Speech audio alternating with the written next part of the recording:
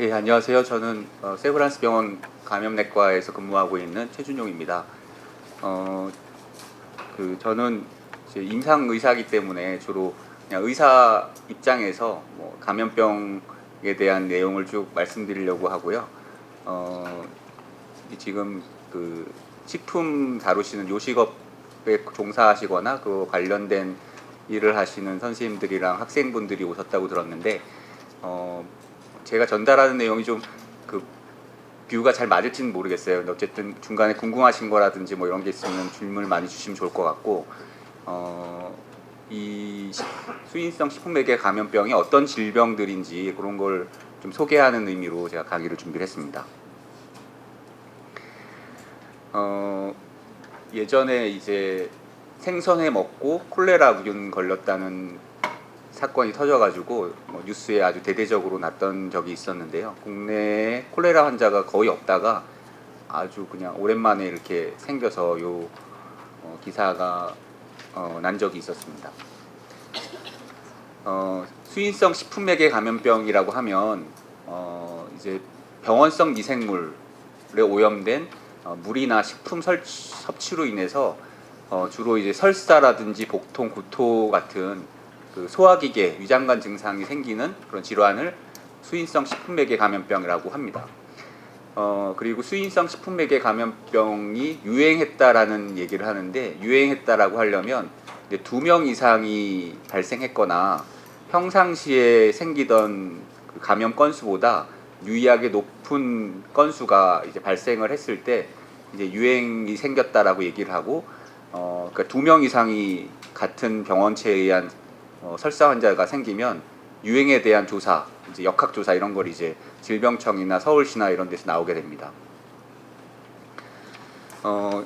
수인성 식품매개 감염병을 흔히 식중독이라고 얘기하기도 하는데, 식중독은 영어로 이제 푸드 포이즈닝이라고 얘기하는데, WHO에서는 공식적으로는 수인성 식품매개 질환이라고 하는 거를 이제 권고를 하고 있고요.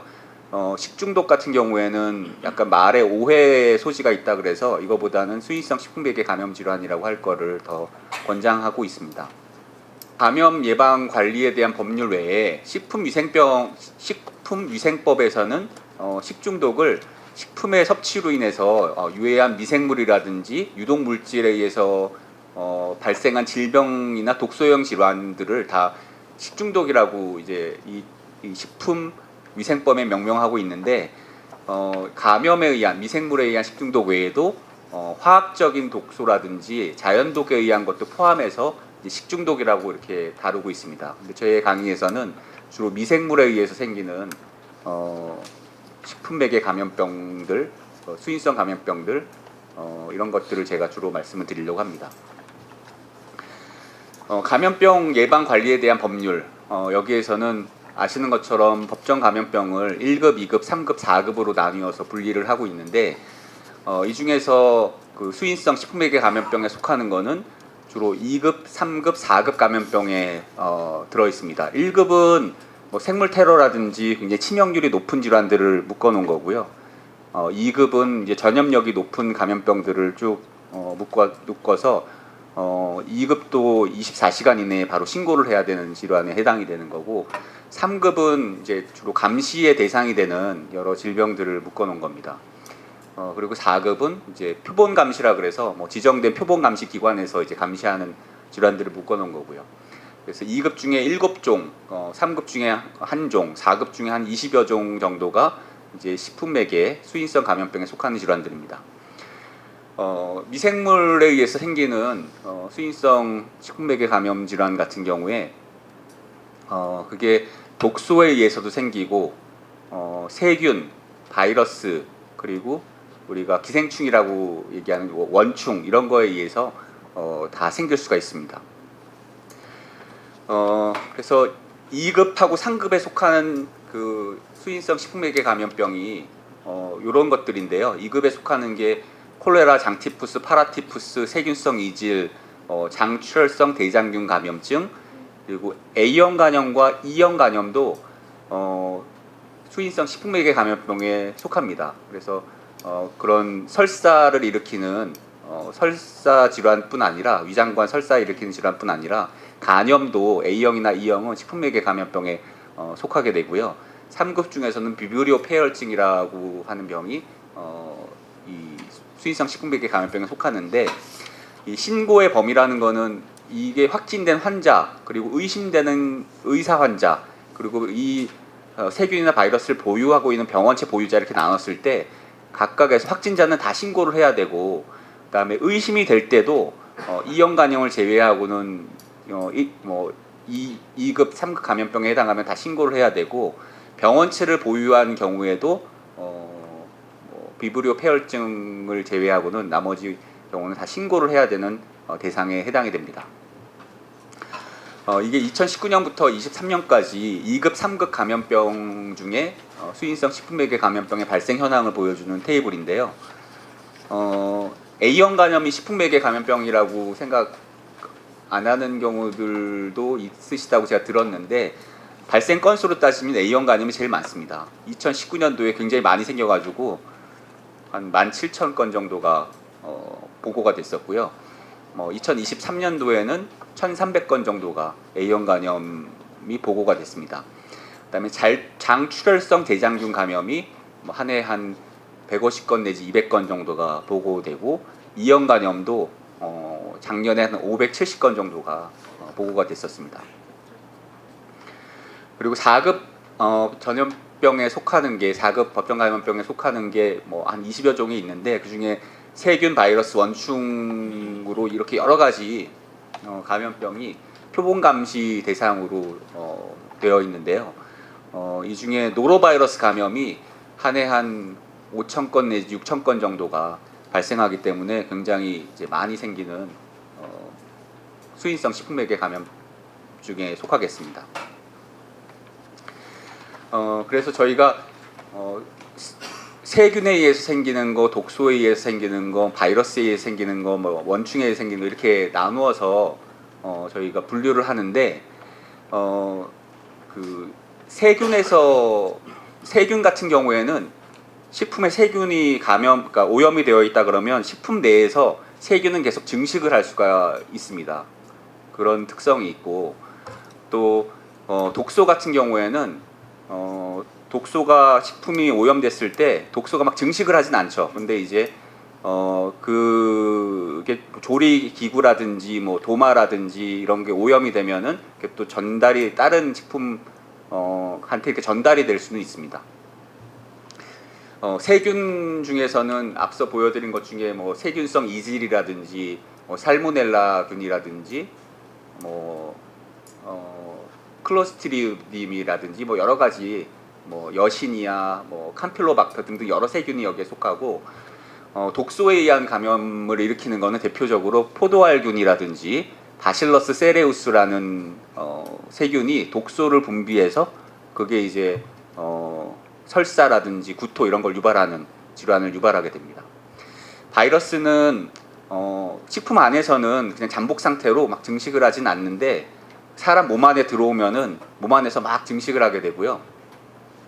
바이러스 중에서 대표적인 거는 잘 아시는 노로바이러스 같은 게 바이러스 중에 식품매개 수인성 감염을 유발하는 대표적인 바이러스입니다. 그다음에 그 원충, 기생충에 속하는 거는 람불편모충이라든지 작은 와포자충 이런 것들인데, 이게 약수물이라든지 이런 물이 오염이 돼서 집단 감염 사례를 발생한 사례들도 보고된 적이 있었습니다. 그래서 앞서 말씀드린 대로 2명 이상이 생기거나 이러면은 집단 감염이라고 생각해서 역학조사를 나오게 되는데, 동일한 음식을 먹은 사람, 김밥을 먹었다든지 아니면 무슨 회를 같이 먹었다든지 무슨 음용수를 같이 먹었다든지 등등 다양합니다. 그런 동일한 음식물을 먹은 사람이 2명 이상 구토, 설사, 이런 위장관 감염증의 증상이 생기면은 집단 환자 발생이라고 생각해서 역학조사를 나오게 되는데, 매해 집단 감염 발생 건수가 이렇게 보여드리는 것처럼 한 400건 정도 이상으로 계속 그 발생 건수가 매해 굉장히 많이 생기고 있고 집단 감염이 걸린 사례가 한 5천 건 이상 한 10,000건 사이 그 정도가 매해 발생하고 있습니다. 인원으로 따졌을 때는 뭐 예식장에서 생기거나 뭐 리조트나 무슨 도시락 배달 업체 등에서도 생기면 굉장히 이런 경우는 대규모로 생기기 때문에 굉장히 이제 그 영향이 크고 문제가 크게 생기는 경우가 될 수가 있겠습니다. 뭐 예상하시는 것처럼 주요 증상은 설사하고 미식미식하고 이제 구토를 하고 이런 게 이제 주요 증상이고요. 병원치의 종류마다 증상이 좀 다르지만 어떤 그 수인성 감염병은 열이 나는 경우가 있고 안 나는 경우가 있고 또 A형 간염 같은 이런 수인성 감염병은 주요 증상이 황달이 생깁니다. 얼굴이 노래지고 눈이 노래지고 황달이 생겨서 증상이 이제 발견되는 경우도 있고요. 그리고 감염병에 따라서는 장출혈성 대장균 같은 경우에는 혈변을 본다든지 이런 게 주증상으로 되어 있습니다. 감염이 생기고 나서 증상이 발생할 때까지의 기간을 저희가 잠복기라고 얘기를 하는데 잠복기가 짧은 것도 있고 잠복기가 긴 것도 있어서 잠복기가 이게 어떤 병원체에 의한 감염인지를 추정하는 주요 단서가 됩니다. 그래서 김밥을 같이 먹었는데 예를 들어 뭐 한 5시간 이내에 막 구토와 설사를 했다 그러면 아 이게 독소에 의해서 생겼구나라고 우리가 얘기하는 것처럼 잠복기에 따라서 어떤 감염의 원인을 추정할 수가 있고요. 그리고 이제 그 노출되고 나서 증상 발현할 때까지가 잠복기라 그랬는데 그 후에 회복할 때까지의 기간이 다르지만 그 후에 회복 후에도 상당 기간 병원체를 대변으로 배출을 하는 경우들이 있습니다. 그래서 전염 가능 기간의 또 병원체에 따라서 다 다릅니다. 어떤 감염은 아주 오랫동안 병원체를 대변으로 계속 배출하면서 감염을 계속 유발하는 경우도 있고 아니면 증상이 호전되고 하루 이틀 안에 전염력이 없어지는 경우도 있고 이렇게 전염 가능 기간이 달라지기 때문에 아까 얘기한 이제 잠복기와 전염 가능 기간에 따라서 이 환자를 얼마나 격리하고 얼마나 관리를 하고 뭐 이런 것들이 달라지게 됩니다.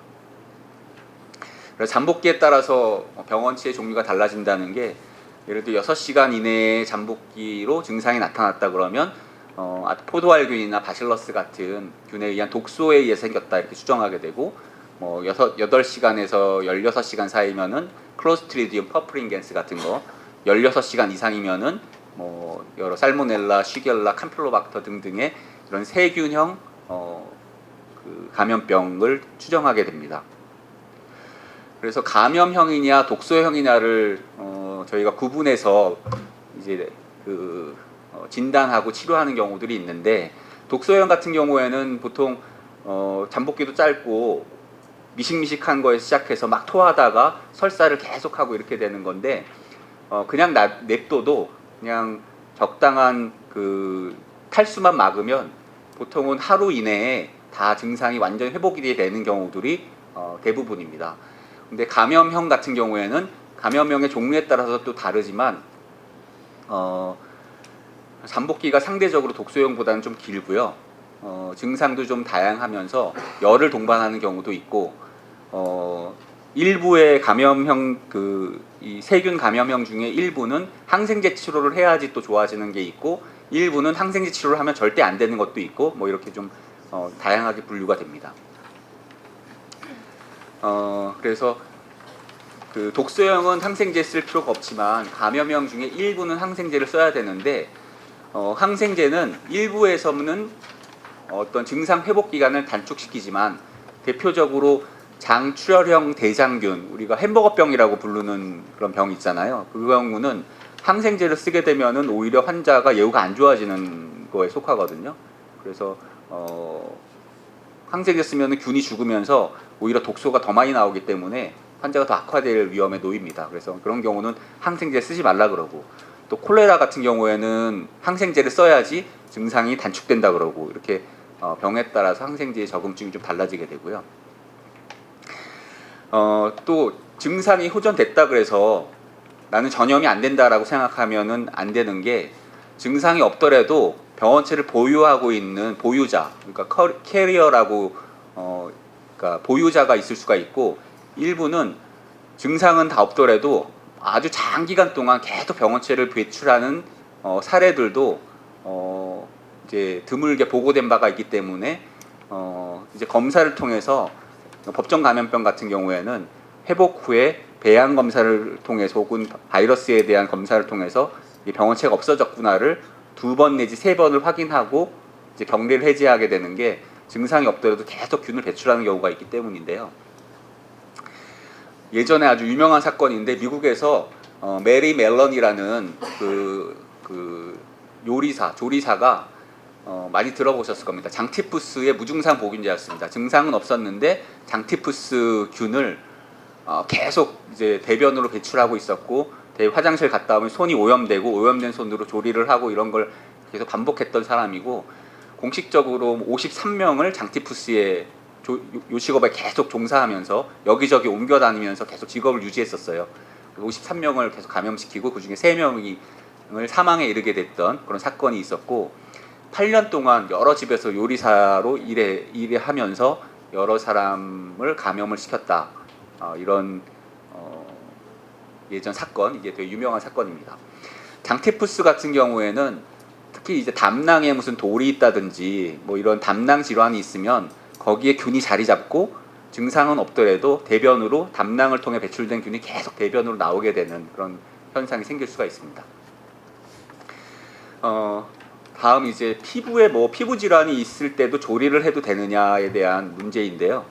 아까 이제 독소형 중에 포도알균 같은 경우에는 주로 일으키는 감염이 이제 다양하지만 그 중에 하나가 피부에 감염, 이런 종기를 유발한다거나 피부에 봉화지겸을 유발한다거나 그럴 수 있는 세균이 포도알균인데요. 이렇게 다리가 뻘겋게 된다든지 피부에 이렇게 종기가 생겨서 고름이 계속 나온다든지 이런 걸 유발하는 게 포도알균인데, 이 포도알균이 독소맥에 식품맥의 감염을 유발하는 대표적인 세균이기 때문에 종기나 피부 질환이 있는데도 조리를 하게 되면 거기에서 나온 균에서 나온 독소가 이제 식품맥의 감염병을 유발할 수가 있다라고 말씀드릴 수가 있겠고요. 다음 이제 전파 경로인데, 전파 경로는 말 그대로 분변 경구 전파 경로에 의해서 주로 전파가 되는데, 대변을 통해 배출된 미생물이 음식물이나 이걸 물을 오염을 시켜서 그거를 이제 먹음으로써 입으로 균이나 바이러스가 들어와서 전파되는 소화기계 감염병인데, 이게 수인성이라고 부르는 게 이제 물을 통해 감염이 전파되기 때문에 그런 건데, 물을 통해 생겼는지 식품을 통해 생겼는지 이걸 엄밀히 구분하기는 상당히 어렵고, 그래서 두 사례가 이제 굉장히 복합적으로 관여되는 경우가 유행 조사를 해보면 대부분인 것 같습니다. 그래서 식품과 관련된 전파 경로를 이제 나누어서 말씀을 드리면, 동물 닭이라든지 돼지라든지 이런 동물의 장은 여러 병원성 세균이 들어있는 그런 들어 있습니다. 이 들어있는 병원성 세균이 조리 과정에서 육류나 가금류의 장 내부의 미생물이 장 밖으로 나오면서 이제 고기를 오염을 시켜서 이제 감염을 유발하게 되기 때문에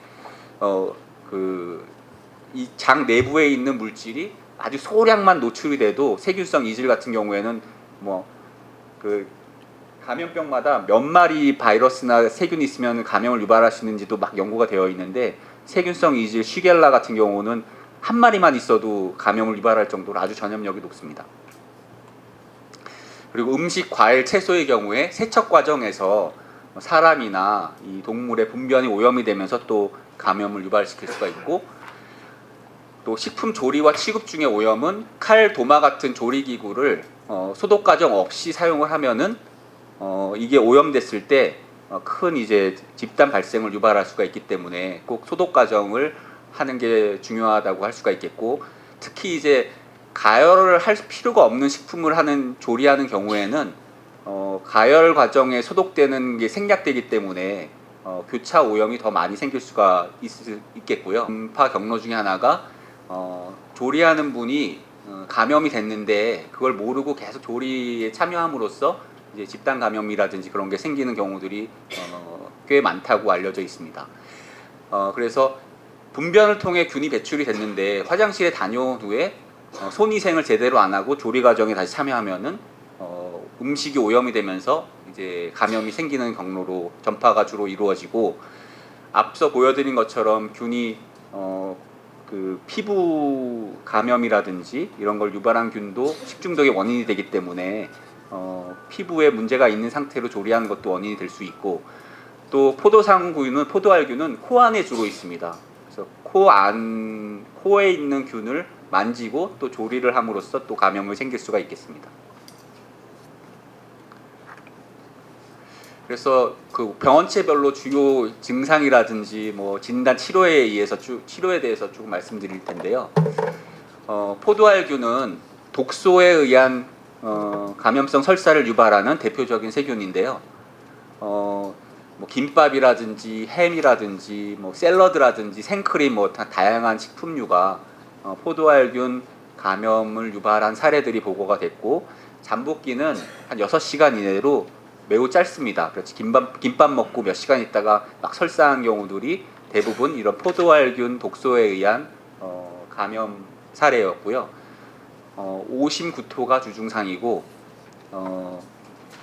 음식에서 균이나 독소를 분리함으로써 이 집단 감염 역학조사 시에 보관된 음식으로 이제 검사를 하면은 독소나 균을 분리해서 진단을 할 수가 있고요. 다음 독소형을 유발하는 대표적인 세균 중에 또 다른 한 가지가 바실러스 세레우스 감염이고, 이것도 이제 잠복기가 비교적 짧은 구토형이 있고, 이거보다는 잠복기가 상대적으로 긴 설사형이 있고요. 이제 육류, 채소, 건조된 콩 이런 게 이제 관련된 사례들이 있다 그러고요. 이것도 포도알균과 마찬가지로 독소형은 그냥 가만히 냅두면 하루 내에 완전 회복되는 게 대부분이다 이렇게 알려져 있습니다. 다음 이제 클로스트리디움 퍼프링겐스. 이 클로스트리디움은 이 포자를 만드는 균이어서, 포자는 일반적인 그런 알코올 같은 소독제에 저항성이 있기 때문에 그냥 흐르는 물과 비누로 씻어내지 않으면 포자는 오랫동안 남아 있어서 소독이 안 된 채로 유지가 된다는 특성이 있고요. 이것도 육류, 가금류, 콩 등의 이런 포자가 오염이 돼서 이런 발생할 수 있다라고 알려져 있고요. 다음 이제 대장균.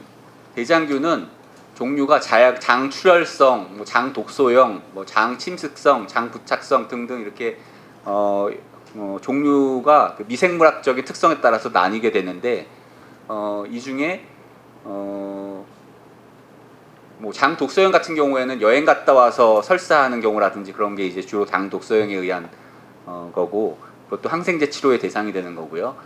장 출혈성은 햄버거병이라고 알려져 있는 주로 혈변을 보면서 아주 중증으로 사망할 수 있는 식품매개 감염을 유발하는 게 장 출혈형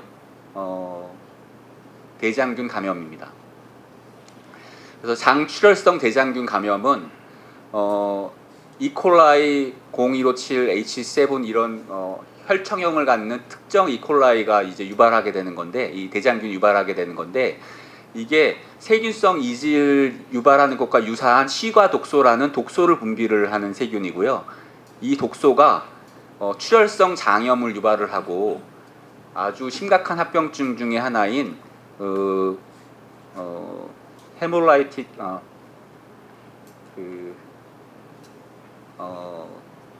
헤몰라이틱 요독 증후군이라는 그런 아주 중증 질환을 유발합니다. 이거는 피에서 적혈구가 막 깨지면서 신장이 막 망가져요. 그러면서 투석을 하고 요독이 쌓이면서 투석해도 안 되면은 의식도 소실되면서 이제 사망에 이르게 되는 그런 병이고, 소아한테도 생길 수 있고 이제 성인한테도 생길 수 있고 그런 병입니다. 그래서 그걸 유발할 수 있기 때문에 굉장히 이제 중증 감염을 유발할 수 있는 식품매개 감염이고요. 특히 이제 미국도 그렇고 우리나라도 그렇고 갈아 만든 쇠고기, 덜 익힌 햄버거 뭐 이런 게 문제가 됐었고 또 생우유 같은 것도 문제가 됐었습니다.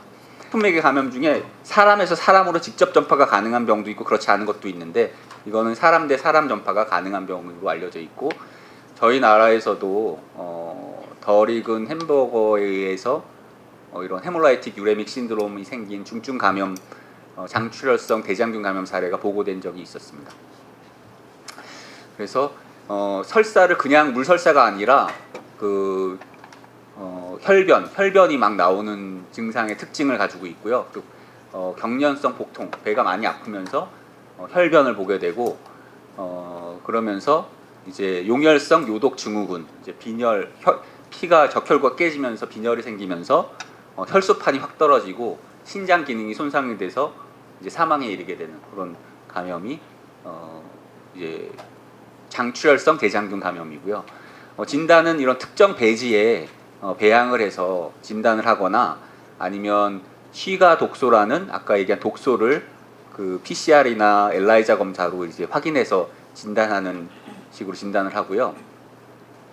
치료는 아까 이제 말씀드린 대로 항생제를 쓰면은 오히려 악화돼서 항생제 쓰지 않고 필요한 경우에 투석을 한다거나 아니면 혈장 교환술이라는 걸 해줘요. 혈장 교환술은 피를 걸러서 이렇게 독소를 걸러주는 건데 피를 빼서 걸른 다음에 다시 넣어준 혈장 교환이라는 걸 해서 이제 치료를 해줍니다. 다음 세균성 이질. 세균성 이질은 쉬겔라라는 세균에 의한 거고 이건 전염력이 굉장히 높아요. 저희 병원에서도 세브란스 병원에 아주 2002년인가요? 제가 그때 전공의 때였는데 그 세균성 수술방에 김밥이 들어왔는데 김밥이 세균성 이질균에 그러니까 오염이 됐던 거예요. 그래서 김밥을 먹었던 의사 간호사들이 다 감염이 돼가지고 집단 발생이 있었던 게 2002년도 저희 병원에 있었는데 그때 제 기억에는 그러면 그 먹은 사람만 감염이 되는 게 아니라 그게 얼마나 전염력이 강하냐면은 그 환자 그 의무 기록을 그땐 종이로 썼었거든요. 종이로 차트를 쓰면은 그 차트가 오염이 되는 거예요. 그래서 그 차트를 만진 의무 기록사도 감염이 되고 막 이랬었어요. 그래서 막 병원에 뭐 한 거의 100명 가까이 감염이 된 그런 사례가 있었는데요.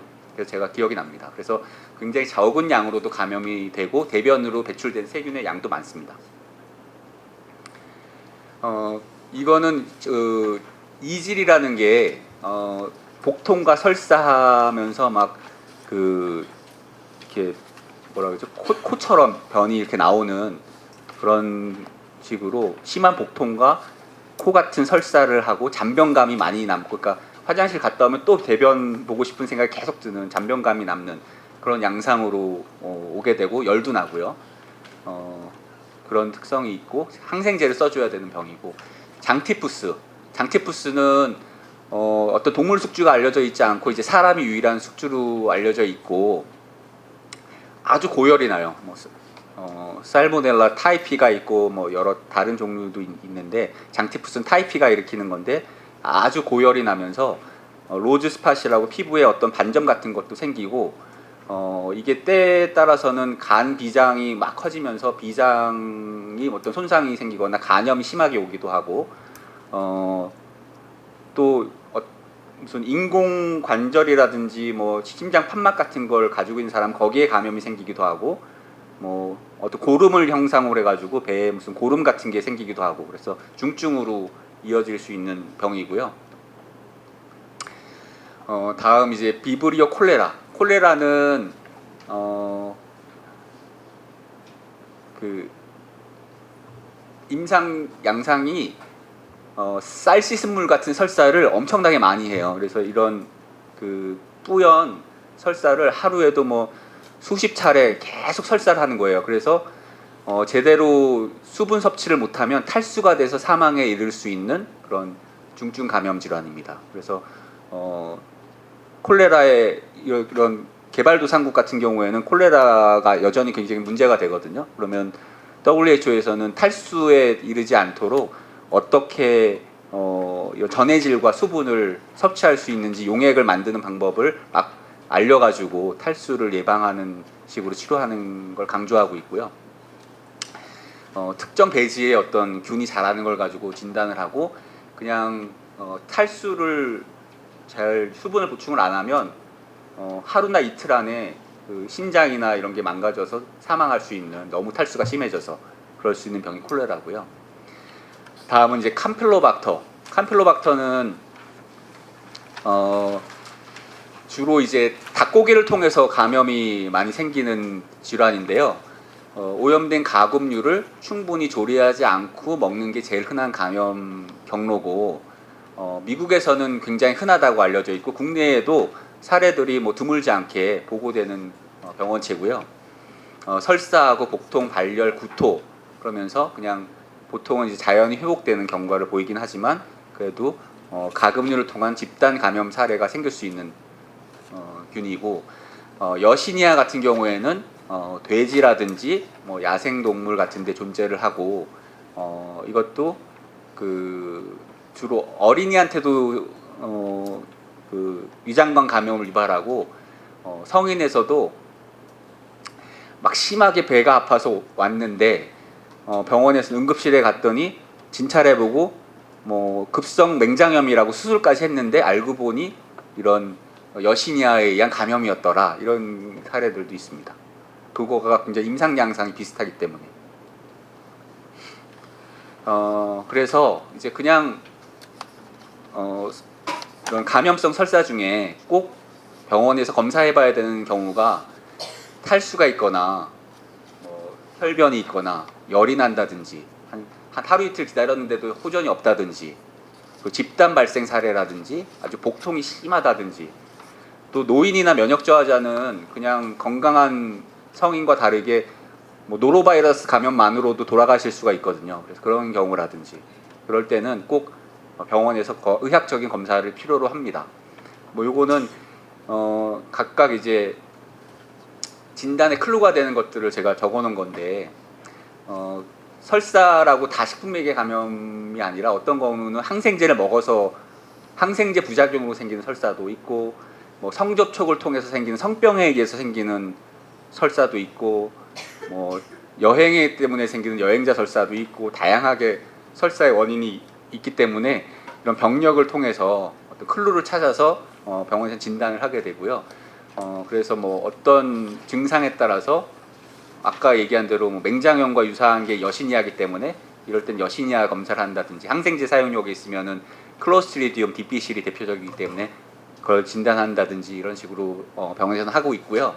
항생제 치료는 항생제를 써야 되는 게 있고 일부 효과만 있는 게 있고 전혀 효과가 없는 게 있고, 항생제가 금기인 아까 얘기한 장출혈성 대장균 감염도 있고 하기 때문에 항생제를 함부로 먹거나 하지 않고 꼭 의사의 진단에 따라서 필요한 항생제를 드시는 게 필요하고, A형 간염도 앞서 얘기한 위장관 감염과는 양상이 다르지만 수인성 식품맥의 감염에 속합니다.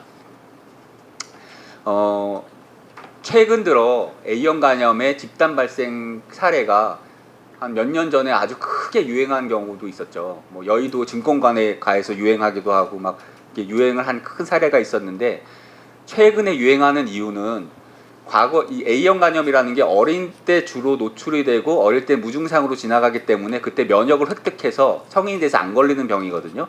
근데 위생 환경이 계속 좋아지고 그러면서 어릴 때 감염이 줄어든 거예요. 그러면서 항체 보유가 연령별에 따라서 나이가 들어갈수록 항체 보유가 높아져야 되는데, 우리나라의 항체 보유를 조사해 보면 40대 미만, 30대, 20대 항체 보유율이 굉장히 낮아졌습니다, 지금. 그래서 면역을 보유하고 있는 사람이 줄어들면서 이제 집단 감염이 늘어나는 그런 상황에 놓인 거고요.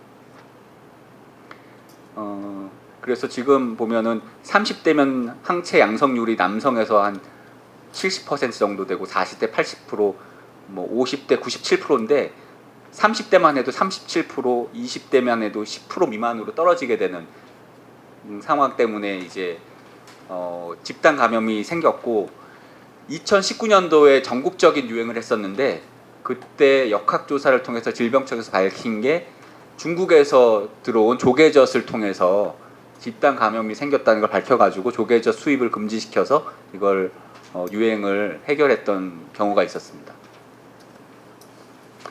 그래서 A형 간염은 잠복기가 굉장히 길어요.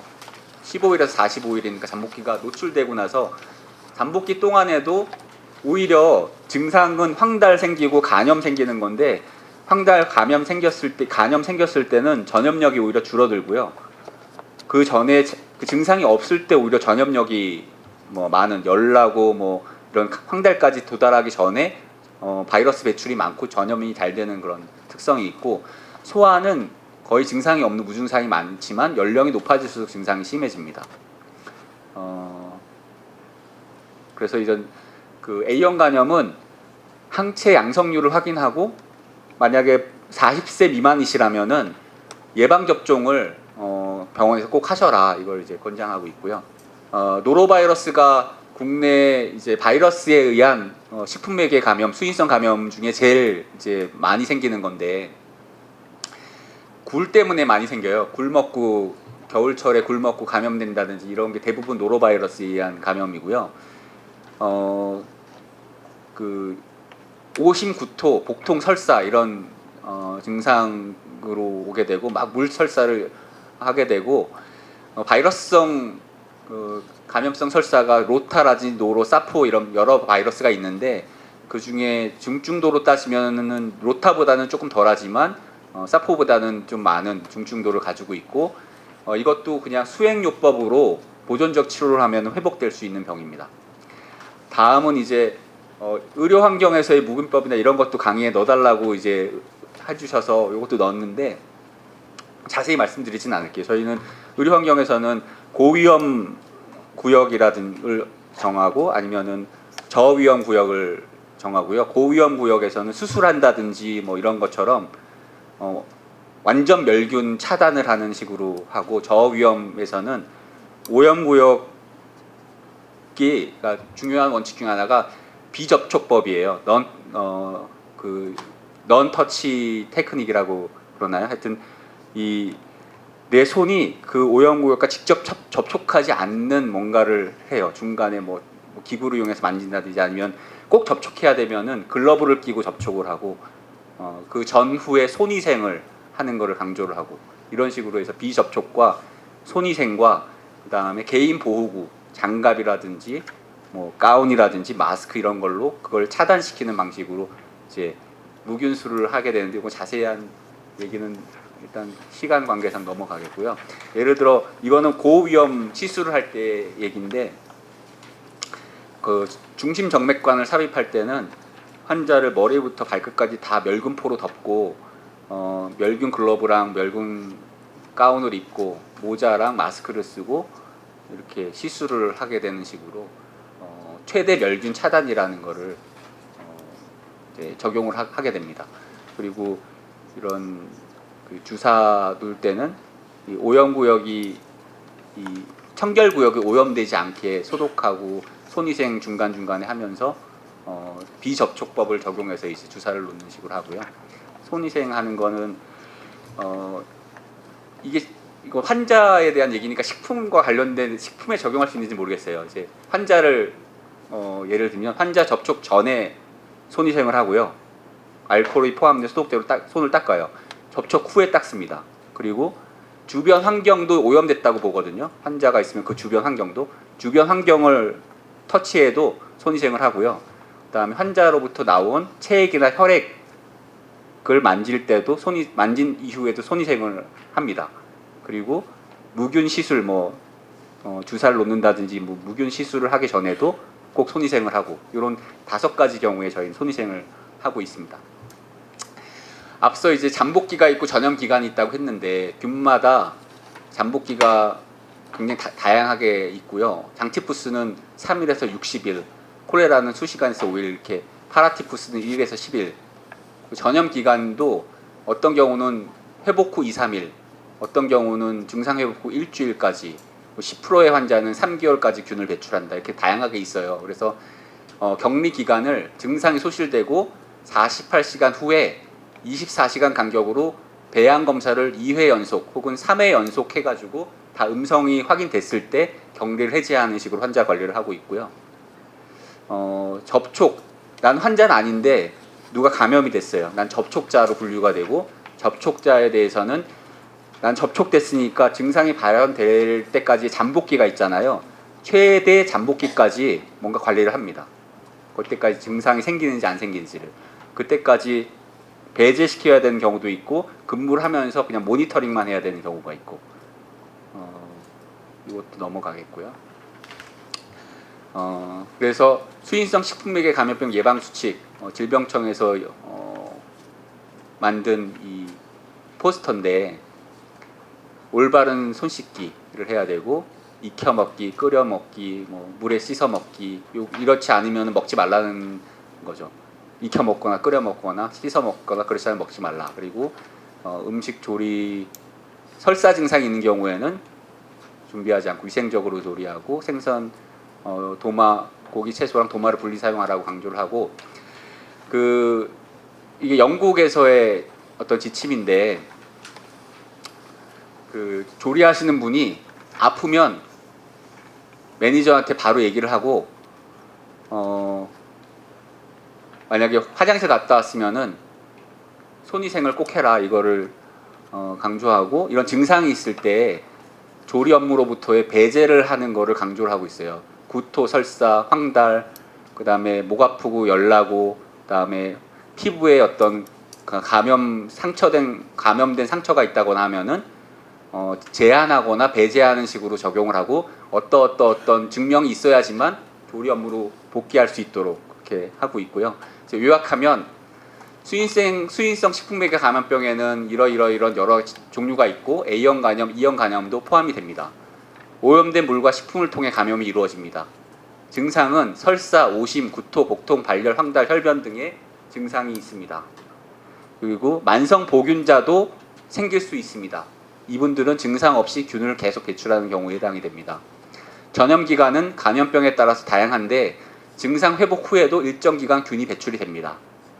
잠복기도 감염병에 따라 다양한데, 접촉자인 경우에는 최대 잠복기까지의 관찰이 필요합니다. 이게 제일 오늘 심포지움에서 강조되는 걸로 알고 있는데요. 아프면 조리하지 말고 쉬어야 한다. 이게 이제 오늘 강의에 제일 강조하는 문구입니다. 예, 이상 제 발표를 마치겠습니다.